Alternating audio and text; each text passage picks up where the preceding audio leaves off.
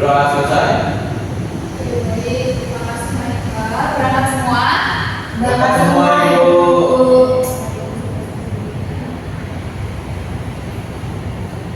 Oke, langsung saja. Kalau berangkat semua, udah kita belajar tentang minggu kemarin kita udah belajar tentang apa? Teks laporan hasil observasi. Ya, minggu kemarin kita udah belajar tentang teks laporan hasil observasi. Sekarang kita akan menganalisis kebahasaan teks laporan observasi. Oke, untuk tujuan dari pembelajaran kita hari ini yaitu peserta didik mampu memahami pengertian, ciri-ciri dan struktur teks observasi. Kemudian yang kedua, peserta didik mampu menganalisis kebahasaan teks observasi. Sebelumnya aku mau tanya, observasi itu apa sih? Observasi Pengamatan Ibu. ya, betul sekali, pengamatan. Jadi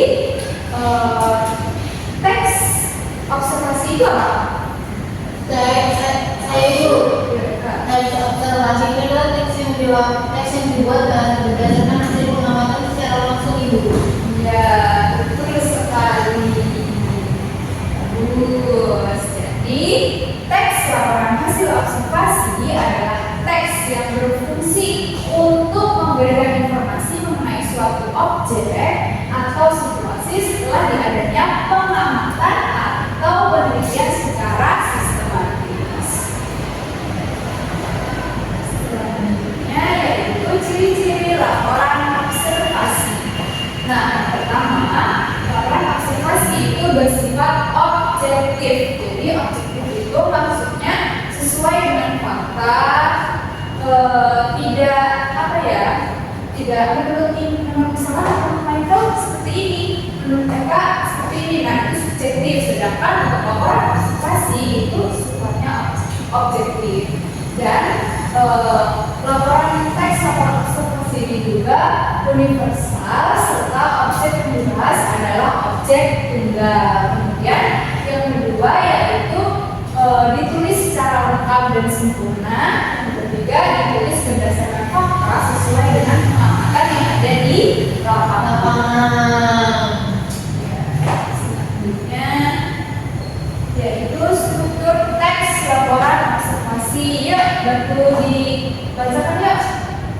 Saya Ibu. Nah, Yang pertama, pernyataan umum. Di bagian ini, kamu bisa memperkenalkan secara umum tentang objek yang kamu akan teliti disertai latar belakangnya. Kemudian yang kedua, deskripsi bagian. Bagian ini menjelaskan hal-hal yang lebih khusus atau spesifik mengenai objek yang diamati ini, biar bisa berupa ciri-ciri karakteristik struktur atau bagian-bagiannya. Kemudian yang ketiga, deskripsi manfaat. Bagian ini menjelaskan mengenai keadaan atau manfaat dari pengamatan terkait objek tersebut. ya, betul sekali. Jadi struktur teks laporan observasi ada di Tiga. Itu pernyataan umum, deskripsi bagian, dan deskripsi manfaat. Nah, bisa juga diberi kesimpulan. Tapi kesimpulan ini sifatnya opsional, boleh dikasih, boleh juga tidak. Selanjutnya, kebahasaan teks laporan hasil observasi. Yang pertama itu ada verba dan nomina. Verba dan nomina. Verba itu apa sih? Kata Kata kerja. kerja. Betul sekali. Nomina. Kata benda. Jadi dalam teks laporan hasil observasi itu terdapat dua jenis kata yang sering digunakan, yaitu kata kerja atau verba dan nomina atau kata benda. Yang pertama, verba dalam teks laporan hasil observasi itu bertujuan untuk menunjukkan tindakan, proses atau keadaan yang diamati. Contohnya, contoh kata kerja. Contoh kata kerja apa? Berkembang, makan, minum. Bersepeda. Ya, betul sekali. Kemudian yang kedua yang dibacakannya loh. Michael. Kedua nomina kata benda. Nomina digunakan untuk menyebutkan objek yang menjadi fokus pengamatan atau hal-hal yang berkaitan dengan hasil observasi tersebut. Contohnya hewan, tumbuhan, makanan.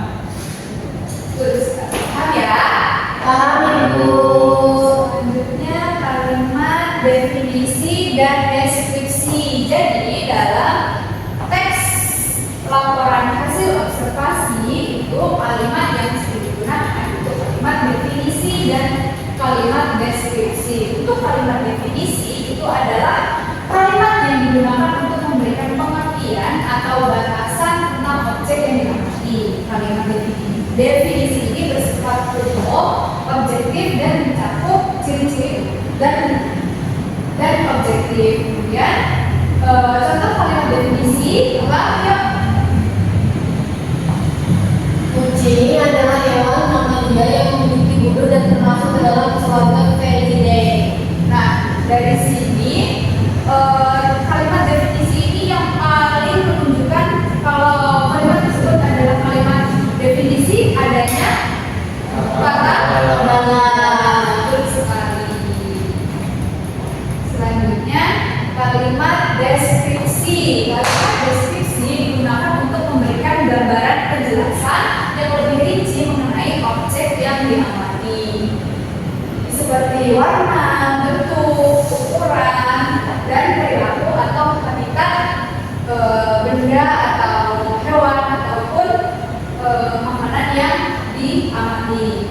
Ya, contoh kalimat deskripsi itu yang pertama, makhluk memiliki akar yang menjulang ke atas, membantu pernapasan di lingkungan berlumpur. Kemudian yang kedua, contoh kalimat deskripsi itu misalkan burung elang memiliki paruh yang tajam, kemudian bulunya berwarna coklat seperti itu. Selanjutnya kalimat simplex dan kompleks. Kalimat simplex adalah kalimat yang hanya memiliki satu klausa saja atau independen. Kalimat ini sederhana dan hanya terdiri atas subjek dan predikat saja. Atau kalimat simplex ini biasanya juga disebut sebagai kalimat tunggal. Ciri-ciri kalimat simplex yaitu mengandung satu informasi, inti, dan yang kedua itu tidak memiliki konjungsi untuk menghubungkan dua klausa. Contoh kalimat simplex yuk dibacakan yuk. Tuh. Satu, burung elang memiliki sayap yang lebar. Dua, pohon mangga tumbuh di daerah tropis. Oke, paham ya? Jadi kalimat simplex itu tidak memiliki Konjungsi. Oke, selanjutnya kalimat kompleks. Nah, kalimat kompleks ini tentunya kebalikan dari kalimat simplex. Kalimat yang terdiri atas klausa dan dihubungkan dengan konjungsi. Contohnya, Contoh kalimatnya, burung elang memiliki penglihatan tajam sehingga dapat melihat masalahnya dari kejauhan. konjungsinya apa? Sehingga Betul sekali. Paham ya? Oke. Nah, untuk selanjutnya, karena anak-anak sudah paham, apa ada yang ingin ditanyakan? cukup ibu. Cukup, sudah paham ya? Oke, kalau sudah paham, sekarang ibu mau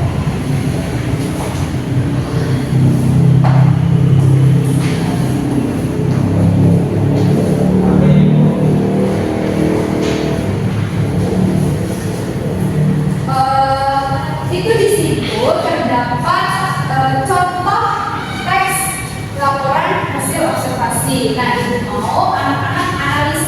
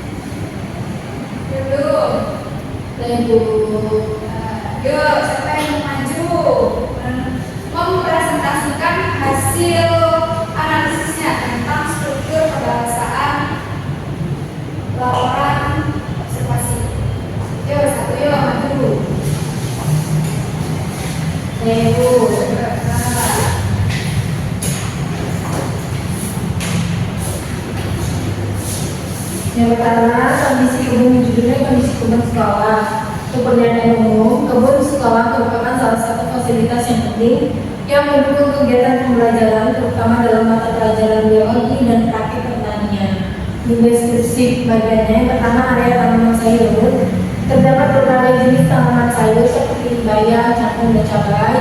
Tanamannya area tanaman hias, ada bunga anggrek, melati, dan kebun. Kemudian kolam ikan, ada ikan-ikan kecil seperti ikan koi dan ikan.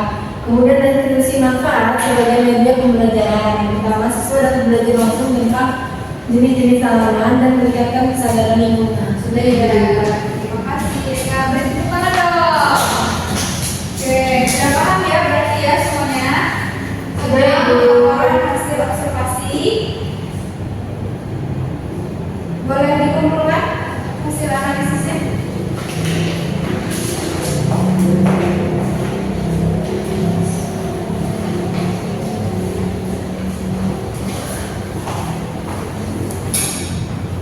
Oke, pelajaran kita cukup pada siang hari ini. Ibu harap anak-anak semua sudah memahami materi yang sudah disampaikan.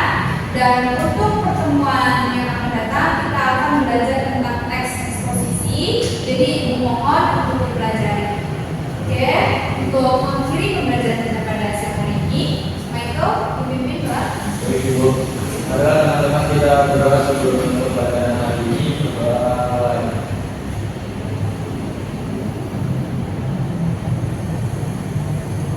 Doa selesai. Baik, terima kasih semuanya. Tetap semangat, sehat selalu. Ibu akhiri, assalamualaikum warahmatullahi wabarakatuh. Waalaikumsalam warahmatullahi wabarakatuh.